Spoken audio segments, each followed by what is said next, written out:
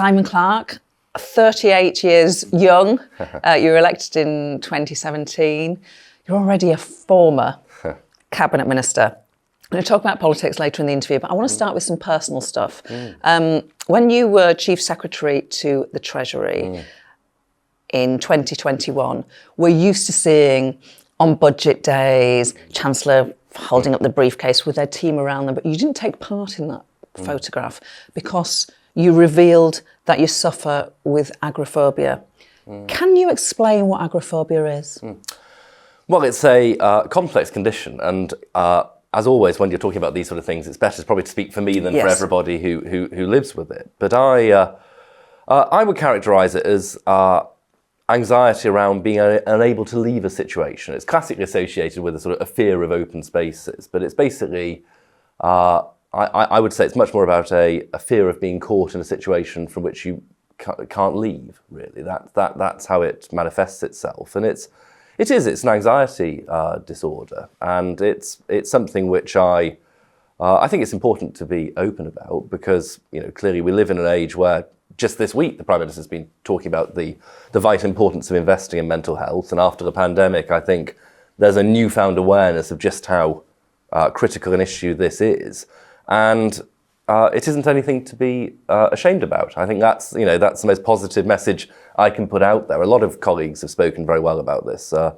likes of Kevin Jones, for example, on the other side of the House, has spoken very thoughtfully about this. And I do think that to show that senior figures in public life can live with this and also receive what has always been a very understanding hearing from friends and colleagues is probably a good thing to do. When did you first become aware of the condition? I've lived with it on and off since my early 20s, in truth, and it's one of those things that waxes and wanes, and it correlates, I suspect, to the pressure you're under, in part. Also, perhaps how run down you are, and there's one thing that government jobs do, and they take a huge toll, right, on the people who hold them, and I think that's probably an underestimated part of the Westminster story, if you like, the strain, the sheer physical and mental strain that people holding these jobs are under. And I just thought, rather than put myself through what would have been a really difficult situation, better to be honest. And, in truth, with the exception of some of the more toxic parts of social media, the response from what you might call real people, both, in the Westminster bubble, but critically in the world beyond, has always been, as I say, extremely supportive and helpful. And that in turn is part of the process of trying to get better. Interesting, trying to get better.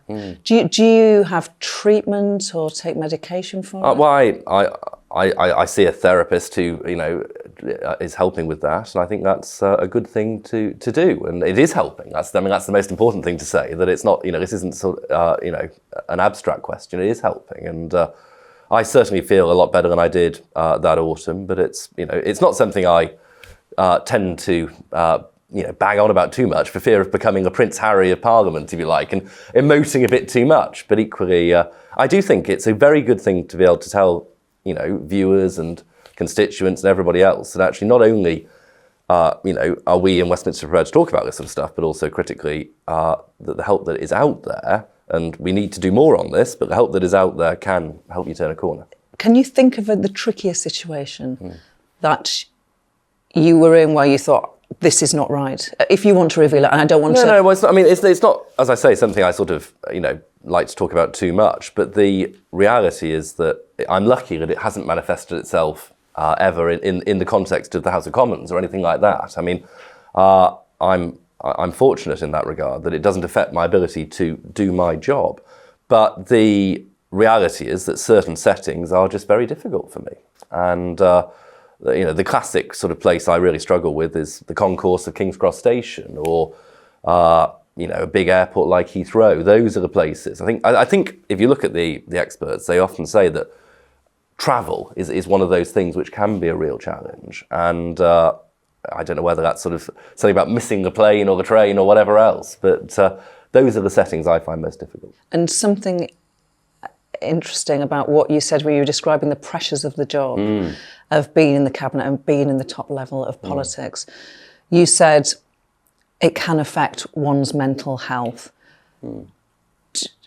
Would you like to elaborate on that? Well, only that I think if you are, tired and strained, that, in the same way that you can physically get worn down, I think you can mentally get worn down. And if you have a predisposition to something like agoraphobia, or any one of, frankly, a range of sort of similar anxiety-related disorders, then I doubt it's particularly helpful, really. And I think, that is, as I say, something which the nature of modern politics hasn't helped, because the hours are long. Obviously, the weight of the decisions is heavy, but also just the way in which our politics has become so nasty in recent years has not helped.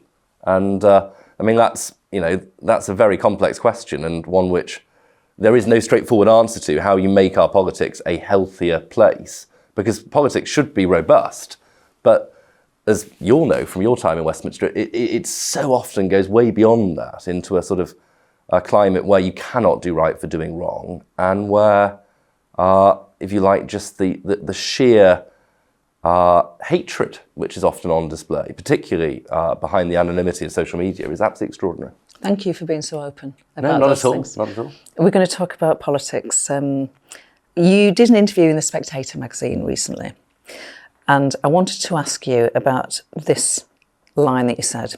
If the leadership dramas of the past year have taught us anything, it is that a battle for the soul of the Tory party is underway.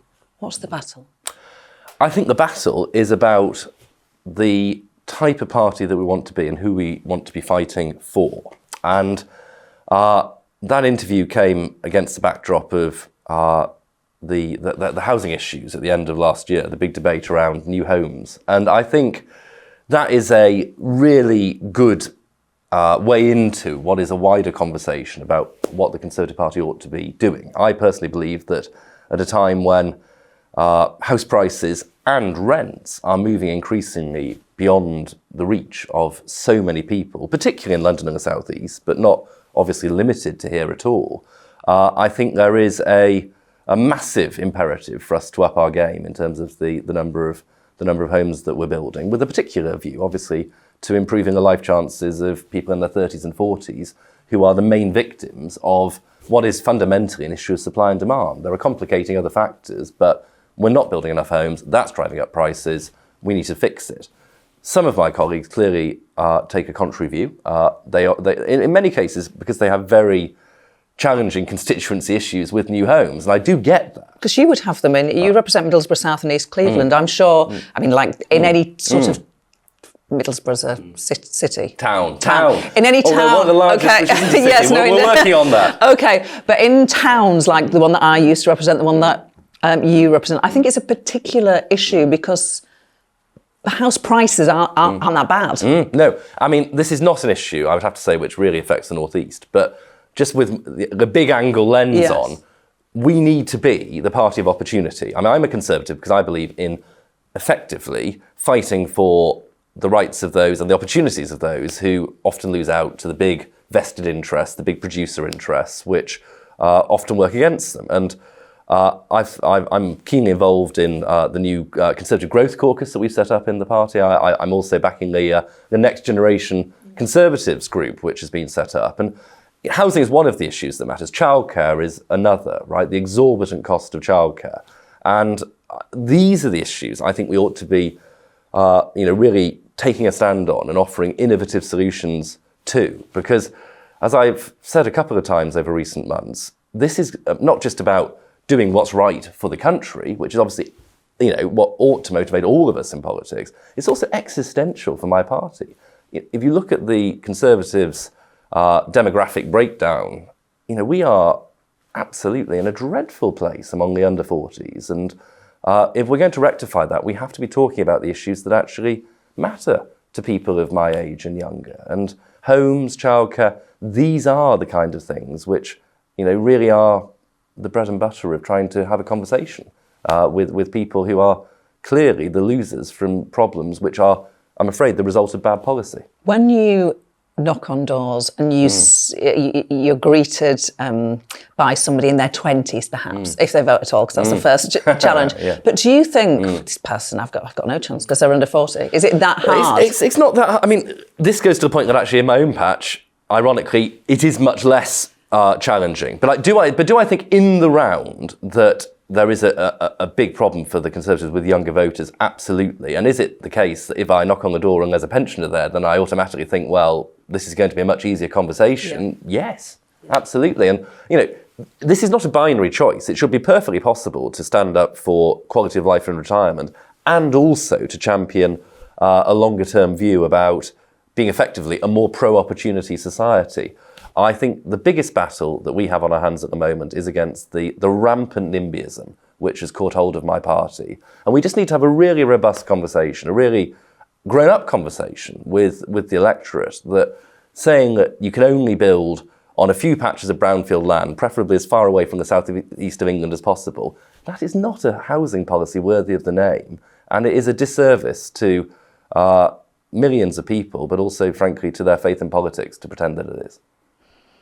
Okay, very interesting. I want to ask you about something else you said. You said this in December in a Nick Robinson podcast, which talked about Liz Truss's rise and fall. You said this: I believe a number of colleagues wanted her to fail. They never frankly got over losing the contest in the summer, and they wanted her to fail. Who? Well, it wouldn't be for me to name names, but I do think that one of the challenges that Liz faced in the very difficult days at the end of September, beginning of October, was that a lot of the Conservative Party, frankly, weren't particularly on board with what she was seeking to do, which was this fundamental reset to try and achieve a higher growth, lower tax proposition and to try and, frankly, get the dynamism back into the UK economy. Because I think we can all agree that sluggish growth has been one of the besetting problems of the last 15, 16 years since the 08 crash. And the issue was that, both the markets weren't particularly sympathetic, the Bank of England wasn't particularly sympathetic, but also a number of Conservative MPs were frankly not in the business of trying to give her the time to deliver what was always going to be a difficult pivot, if you like, from one policy to another, but one which she had clearly set out during the course of her leadership campaign, and she'd won a mandate from the members to deliver. And the negative briefing, some of it in public, but some of it obviously, as often, just in private, was deeply corrosive to her ability to do that. And I think it is for colleagues ultimately to judge their own actions and whether they got behind their leader. But I do feel and still feel that people owed Liz more loyalty and more time to deliver what was something which, as I say, she had won the argument on during the course of last summer. Clearly, I think, looking back, she ought to have built a government which was more broadly constituted across the Conservative Party. She did not help herself as Prime Minister by constituting a government which I think was too narrowly drawn from those who had supported her. But nonetheless, ultimately, we owe our loyalty to our leader, and I'm totally clear that, I want Rishi Sunak's government to succeed, because that is ultimately in the national interest and the party's interest. But that same spirit did not seem to apply, I'm afraid, with Liz last summer, and that is a abiding regret. Simon Clarke, I felt that was a real conversation rather than a political interview. I feel like you're very frank on your politics and your views, very open about your agoraphobia. I thoroughly enjoyed it and wanted to say thank you. Thanks, Corey.